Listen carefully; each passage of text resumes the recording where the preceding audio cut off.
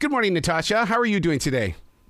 Good morning. Doing great, Arrow. Thanks for having me on your show. Absolutely. Let's talk about this book cover. It's got to be marketed. It's got to be turned into T-shirts. It's got to be turned into things you can hang on the wall. It is whoever put this book cover together really, really touches a lot of bases. The creator is Max Avery, and he's awesome. Very talented. It just, when you look at the title of the book and then you look at the front cover, you're going, oh, well, that's perfect. That's exactly what's going on here. Yeah, well, we couldn't have any Muppets on the cover because that's IP infringement. Right. So I was like, so what could we do that evokes Muppets and the chaos and the violence we experienced, making a puppet show in post-Soviet Russia. What was it that inspired the original first steps into doing this? I mean, I get McDonald's, I get things like that, but to take something like Sesame Street over to Russia, what was the goal? Well, ironically, then Senator Biden spearheaded congressional approval for Улица Sesame, which means Sesame Street in Russia, so a Russian version of the show. And initially, this came right after the Soviet Empire had collapsed. So 1992, it's a year after the empire imploded, and countries like former republics like Ukraine were breaking off, Armenia, Georgia, and becoming independent countries. And the idea was that the Muppets could really model idealistic values for post-Soviet, children, and provide the skills that children needed in order to thrive, in a more open society. Tolerance, inclusivity, freedom of expression. See, and that's what I got as a child when I was watching Sesame Street as it was. I totally grasped that, but it also involved creating new characters in Russia too, didn't it? Like the female Elmo, Zoe. Yeah, absolutely, and that's great that you remember. That was the first female Muppet that was created for the U.S. show, for Sesame Street show, and the Russians. We had to create 3 new original Muppets for Улица Sesame, and they were based on Russian folklore. They were very much the first, the body size Muppet, Zeliboba, is larger than Big Bird, and he's a tree spirit. So the idea for him came from Russian folklore of a character named Domovoy, which is the hearth and the home. He's a character that protects the hearth in the home. And his costume, the way he was constructed, he was built by Ed Christie, who was the designer at the Henson Studios in collaboration with the Russian creative team. And he has bits of moss and grass and twigs sewn into his costume so that he's at one with nature. And his character lives inside a 40-foot tree with a little post box on the front of the tree. So that's very Russian. And the other 2 characters were equally imaginative. I want one of those. I really did. Man, you just brought the kid out in me just like that. Mm-hmm. So you had to work one-on-one with the cultural effects then, because even with Big Bird and the Orthodox Church, that's an interesting way that you worked with the people, and it wasn't just this big gigantic American thing that was headed into another country. No, we had a team of there were only a couple of Americans on site in Moscow, and our creative team numbered about 400, and that included writers, producers, set designers, animators, filmmakers, puppeteers, actors. It was a tremendous team, which we pulled from the very top of, post-Soviet artistic society. We had Russians, Ukrainians, Armenians. Everybody was working together in Russia's largest TV station. And, we had enormous hope for what this show could do to change the way children think in the future. And this also involved educators who then debated what the show should actually teach. What should the writers be writing about? What skills and values needed to be addressed in this new children's puppet show? And as you said, there were a lot of cultural clashes because people had been living under communism for 70 years. We come from a society with democracy for 200 years. We were very different cultures, and there were issues like, the writers initially were writing scripts and they were very dark. First of all, they were like submitting scripts that were 10 pages long and totally unusable, not funny for a comedy show. And, one writer submitted a script where he wanted to teach the letter D, as in D for depression. So it was a lot of this was very funny, which I write about in the book. Just some of the stuff we encountered was, hilarious, but also heartbreaking. The book we're talking about is Muppets in Moscow. Were you heavily watched? Because, that's the one thing I've always learned about the propaganda and stuff like that, is that if you visit Moscow, you're going to be followed, and people are going to watch you very carefully. That was absolutely true when it was the Soviet Union.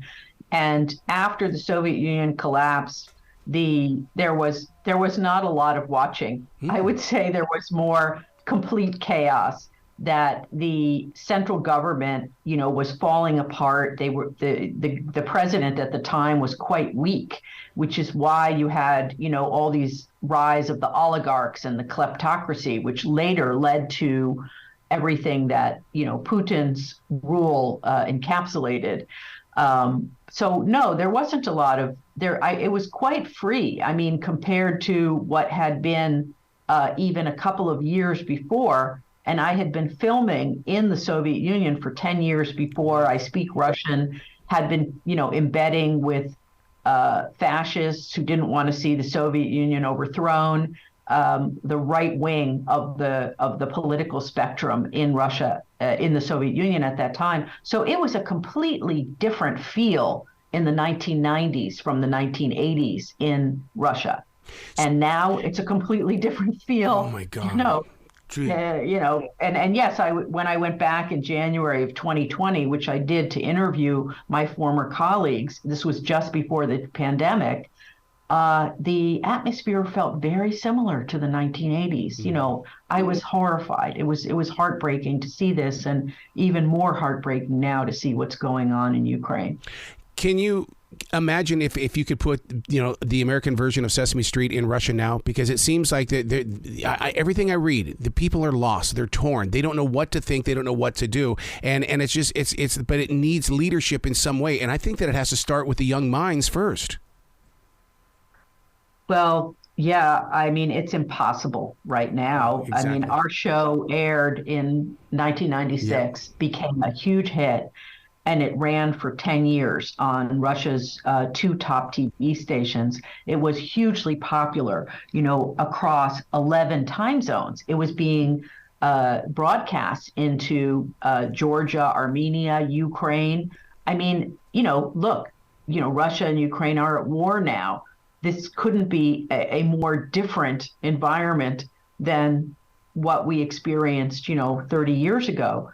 And yet, my feeling is that by writing about this story about the Muppets during this time period, it reveals a lot about Russian culture, the people, and history, and gives, reflects on important information that we need to understand today if we're ever going to get out of this.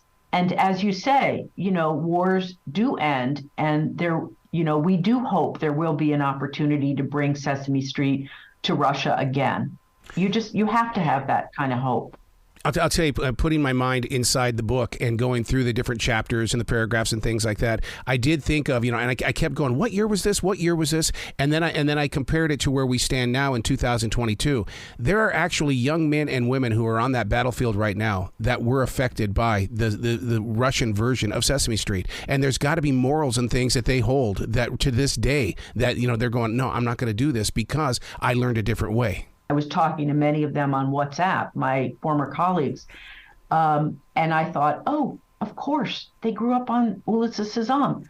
But then I was thinking what you thought too. Like a couple seconds later, I was like, oh my God. And the Ukrainians who are fighting, for independence, they also grew up on our show. So I agree with you. I mean, it's Sesame Street's legacy. It's an amazing nonprofit company that, is still doing such great work around the world. In chapter number 5, you really put, first of all, I got to tell you, the way that you designed that chapter, the way that it started out, it's so incredibly beautiful. And then the phone call. I mean, I literally stopped and I had to breathe because everything was, it just led me right to that phone call. Oh, wow. Thank you. It was what an emotional moment, but at the same time, what a moment of realism. Yeah, I'm just trying to think of which you're talking about. The car blowing up. The car blowing up. Oh, okay. Yeah. I'm grabbing my book and looking. I'm like, which phone call? I'm like, there were so many phone calls. Either somebody was getting assassinated or whatever, But that particular phone call, was quite early on in the production process. Hence, chapter 5.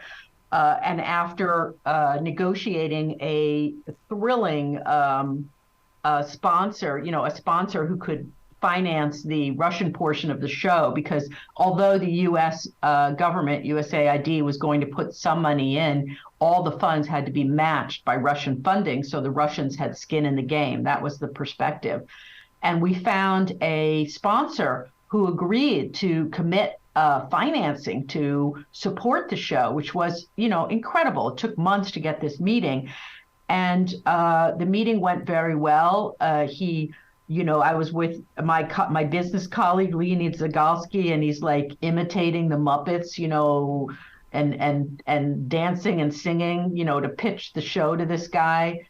And he finally agrees. And as we're doing the paperwork for the deal, his car is blown up. Yep.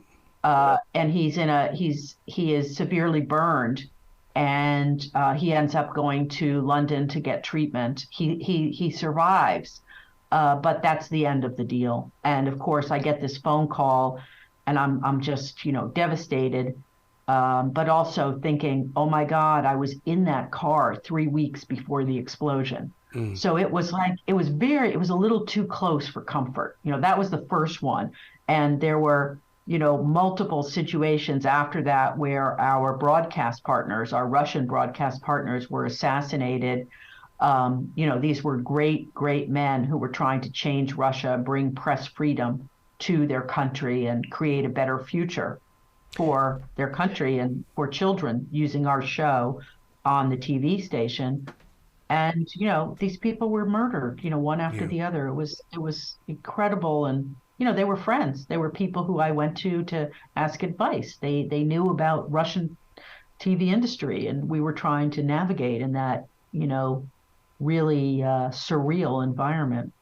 See, that's what I love about this book. It gives me the backstory. We all assume that because things are going great, that it must have been a great journey. And, oh, my God, let's celebrate. Let's have a victory. Let's play Kool and the Gang, celebration, things like that. But it's the backstory that, it embraces us in the now, but it also teaches the future. It's not going to be easy, but people have done this before you got here. Yeah. Yeah. And we need backstories like this. We need to understand that it wasn't just handed to you. I mean, the goal was always laughter and learning. I mean, that seems so easy, but you're proving to us, no, it wasn't really that easy. We had a struggle. I think it's also, where we in America often expect that, countries will mirror us. And there, as you look at Latin America, you look at the Middle East, countries are different. They come from different places. They have different histories.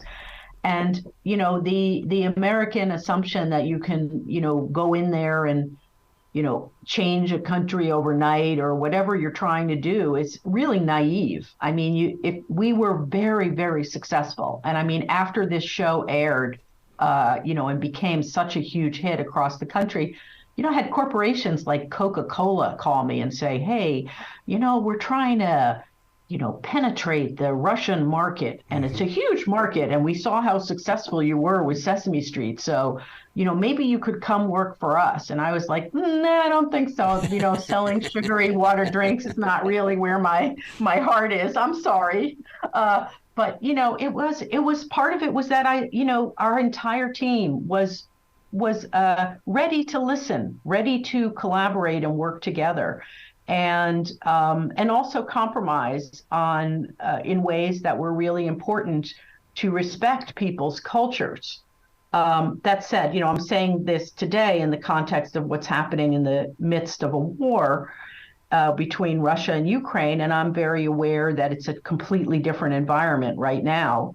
And so, what I try to do in writing this book, and what I realized as the book was, coming out a few months after the war between Russia and Ukraine has started, is I've just heard from readers that say this is such a great deep dive into Russian culture and values, and helps us understand the background for some of how we got to this point today, because Putin is consistently using the 1990s as a narrative to justify his authoritarianism. So we need to understand what happened in the 1990s if he's going to keep talking about that. Yeah. This is that journalist inside of you, the journalist who did the documentaries that were underground. I mean, you did so much before this moment. I mean, it's got to be how do you personally learn from that person that took those initial first steps? Because you're always the student. I'm still a student. Yeah. And always fascinated, now really fascinated by the Middle East, and always trying to learn. But the period that I was in the Soviet Union in the 1980s absolutely informed the creation of Sesame Street in Russia. An example of that is, I took the job in part because I had made a film about underground rock and roll and had written about the repression of the LGBTQ community in Russia. It wasn't called that then, at least not in Russian. And I was very aware that if we did this show, if we created Sesame Street in Russia, that many of these people who had been persecuted, a lot of artists, animators, I could hire them. Yeah. I could hire them, and we could work together and make this, amazing show. And under communism, the Russian rock musicians, they couldn't work. They couldn't record their music. They couldn't sell their music. They were, the state owned the means of production, the studios. So when we made Sesame Street, we were able to include a lot of these people and other young people who my American colleague, Robin Hessman, knew a bunch of young people from the film department as well.